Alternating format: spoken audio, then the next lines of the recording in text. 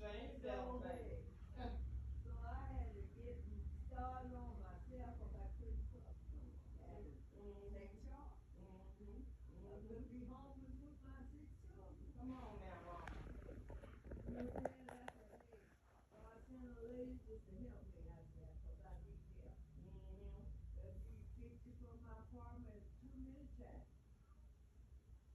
And that day I was praying and one of my neighbors told me to go up in the 6th house and put it to the sun. That lady, girl, that lady said, come on in, I'm help you. See?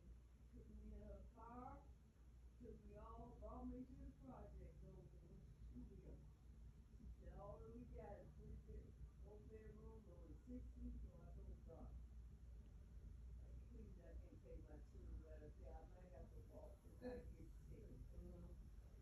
And she lady said, all the time I got to be there when I get there. On the 3rd floor. Girl, for about a week goes out, I was moving up there, and I had my children, I said, all up. I'll start at 1960. Between 1960 and 1970, I had 6 children. I told them I was 30, you told my granddaughter today, that when I was 30 years old, I had 6 children by the time I was 30. Me, myself, and God took me in that project. I told my little kids, I said, we in the project, but the project ain't even Yeah, see? You can't have my man. Come on, I mama. said, God, fix it. Boy, you right across the street from the school. Right across the street from Worcester. Ooh, I stayed down there in Fifth, what they call it, Fifth Ward, 45th in Champlain. The walk-ups. You didn't walk up. I was on the 3rd floor in 445. Yeah, I stayed there. I could no longer afford the rent over here. And guess what? Same story, mama. I said, houses, I said, now, God got it in my spirit to move because things were getting a little rough over there. I started looking, I told one of the deacons in church, and he said, call my friend Isaac. He said, yep. I looked around for me a house and just looking a little bit. So about 2 months, so I come down the street down there, driving home. And I was driving, and my eyes looked over and saw this 621. I called her back. I think I found my house. You know, with all the roads and everywhere. I think I found my house. This is what I like to put on. I said, but it's 621. It doesn't matter. We can just work with them. She called her the government, the lady, Miss Walker, and she said, you can walk through. You wanna walk, you can walk through tonight. I said, what? I said, yes, you will. So my daughter Kathy, she said, oh, we could walk through tonight. And she said, okay, we'll meet. We're gonna meet over there at Miss Walker's at 6 o'clock. So y'all meet. We could see. I walked through the door. When I walked through the door, she said, this is your house. And me and Kathy, I said, oh, this is my house. The house claimed me. This house claimed me. Ooh. I walked in there, girl, and that's what I don't know nothing but the spirit that just hit me on. Ooh. The bank had never give me the loan yet. And she walked in, I walked in the house, claimed me, and she said, this is your house. The Lord ain't had it with me. The Lord ain't always had it. She said this house claimed her. And he put you where you needed to be. Well, why stories is so much alike? Okay, Jesus. And he just, and the house just claimed her. And so I came on in here, and you know what I'm saying? Wow. And I thought God just showed me I didn't make it without a decent husband, man in my life. God could be the man there. And just keep on trusting. And girl, I just kept holding on to my job. What I was making, I could afford to pay my rent, pay my mortgage, just like paying the rent. They been charging me $524. And I used to move here paying $300. Come on now.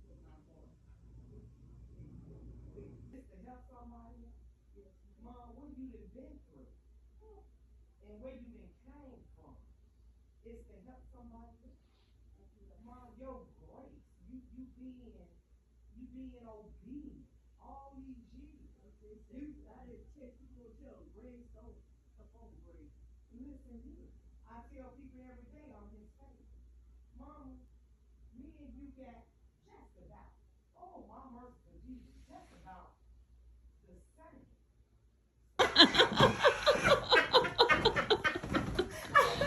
Hey, sis. But how long have you been doing this?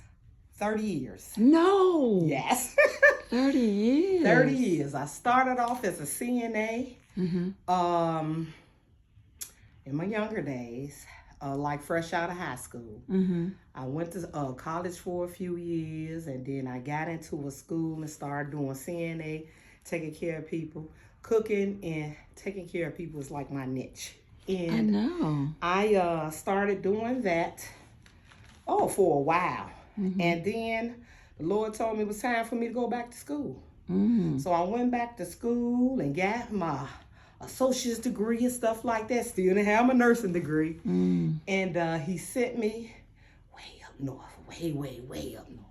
But anyway, I went and I finished and got my nursing. Mm-hmm. And that's what I've been doing. I still cook and still nurse and still can't keep my mouth shut because he done so much. He done blessed me in more ways than one. Mm-hmm. And he give me a word for everybody who I come across. Mm-hmm. And look here, I tell people, most of my patients, he give me half of the stuff he done gave them so that I could be able to help them along the way with the stuff that I know that went on with them. So to make a long story short, I'm his favorite. But you are. Along with your mama. Congratulations too, and you look beautiful. Look, along with your mama. You know, our spirits connect. So and that's kindred spirits. Yes, and we done been like on the same type of journey, through the same type of thing. And living in the same area too, isn't that something? Area, look here, same type of world, you know, and we have made it, you know? And oh, but God. That's what I'm telling you. Well, congratulations.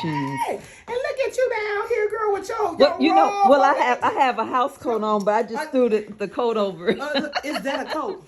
This is a coat. This is Girl. a denim jacket. But I said, let me just throw this over Wait a my minute. house coat. Why did it look like a pastor's robe? It probably is. But see? not sure. And isn't that something? Yes. I'm Something looking, that's that what you I'm looking noticed. like. See? Well, it was so good meeting you guys. You also. Your mom. That we're going to ask the Lord for your siblings to help you out just a little bit more. And she said, she don't want to go nowhere. She keep telling me. I said, but everybody needs a break. Yes. And you know what? Because I just went to Phoenix, Arizona. Yeah. And I said, she wanted you to get away for a little while. But I told her, it's always that one. Yeah. Everywhere I go, it's that one. Yeah. Even though they have a whole lot of other siblings and different things, but it's always that one. He give you that one. Yeah. You know? Yeah. I said, but look here. You already know, right? I see it every day. I was just telling your mom about a patient that I had. They was husband and wife. She just passed. She was 102, and the father passed at about 94. But they had been my patients for maybe about 17 years. Oh my You God! know, look, I started off as a CNA, going in, giving they baths, ended up as they No, nurse. you didn't. And yes, and that's something. And like family, you know. Yeah. And even though that he had sisters, because it was like 3 girls and he was the last boy, he retired early to stay at home, take care of his mom and dad, and he became, those became his kids because he didn't have no kids. The wife had and left him, even the girlfriend had and left him. Wow. Because he wouldn't give up the lifestyle of taking care of his parents, you know. And he felt like, my mom and dad, they had a harsh life and they did everything just to keep us. Why wouldn't I do this for them? Right. And I felt like, you know, he was like the perfect son. He did everything for her. She didn't have a bed sore. You didn't walk in the house and smell pee or anything. He took really, really, really good care of her. You know, and I'm running across a lot of people, but it's be that one. Right, right. Just that one. Because it's the ultimate sacrifice. There But it like, is. but that's what my sister in California always said. She has said, "Come stay with me for 6 months," and because even though you can have other people, you know, some people you can give money, you can do certain things, Yeah. but to give your time is the ultimate sacrifice. Come on now. Come on. I tell I have an oldest son. I always used to tell him be particular of the women that he decide to give his seed to. And you know, he this fine boy. You know, he's so fine. And he attracts all these crazy. Yeah.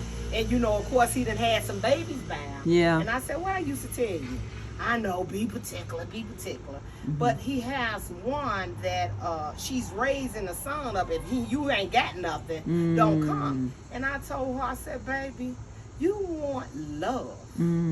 All this materialistic stuff, baby, it comes and goes. But ain't nothing like love. And you don't find a lot of fathers now of these generations now that even want all, you don't want me saying, well, fine, you know. But, you know, my son, you know, well, all of my boys, I got 3 boys and 1 girl. But all of my boys are like that with their kids, you know, like, you know.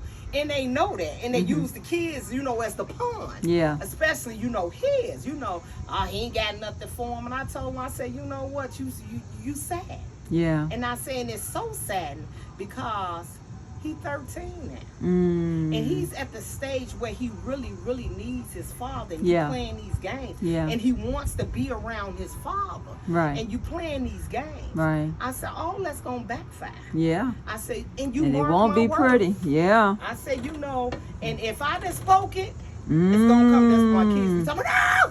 Because anything that I speak, it comes to pass. Yeah. You know, so I tell them, well, you know, I see you on that journey. Ooh. I was telling your mom, you know, the people, you know, cross my path and in my life, you know, you know, all this and that, and you know, this and that, you know, because they don't look for you to make it. They don't look for you to go on and make it through. But they don't know who's on your side. Right. That I'm his favorite. Woo. I love that you claim it. Yeah. Yeah. Every day. Yeah. Yeah. It ain't nothing that I don't ask him for that he don't do. And I said, now, he may not say boom, boom, right now. But somewhere down the line, I could think back like, oh, my God, you know. You see his wanted hand. something. Yeah. And couldn't have it when I wanted it. And then, you know, go back and turn around, go up in the bathroom and say, look here, Jesus, now. And come out and boom, there it is. Oh, my God. And I tell people, don't be mad at me. You won't be mad at somebody. Be mad at him. That's he right. done it. I ain't do it. Go and tell him. That's mad. right. That's right. You leave Logo alone. Oh. What did you say? At my funeral, acting a fool. Woo. Just like you don't like me now, do the same thing when you come to pay your respects. That's how I look at it. Right. Bring me my flowers now. Woo. I was just telling your mom how my pastor had gave a sermon on the things that mothers have to do. You know, they have to almost die to give birth, you know, to get you here. And then you get up, you act a fool with mama, you mad at mama, you don't like mama. Baby, tell them, don't give me my flowers while I'm here. You said that. Don't act a fool when I'm gone. Crying and all of that. Falling on the floor. Running behind the casket. Ain't that something? For what? You missed it, baby. Ooh. Ooh, you said that. I'm crying. Bye-bye. Take care.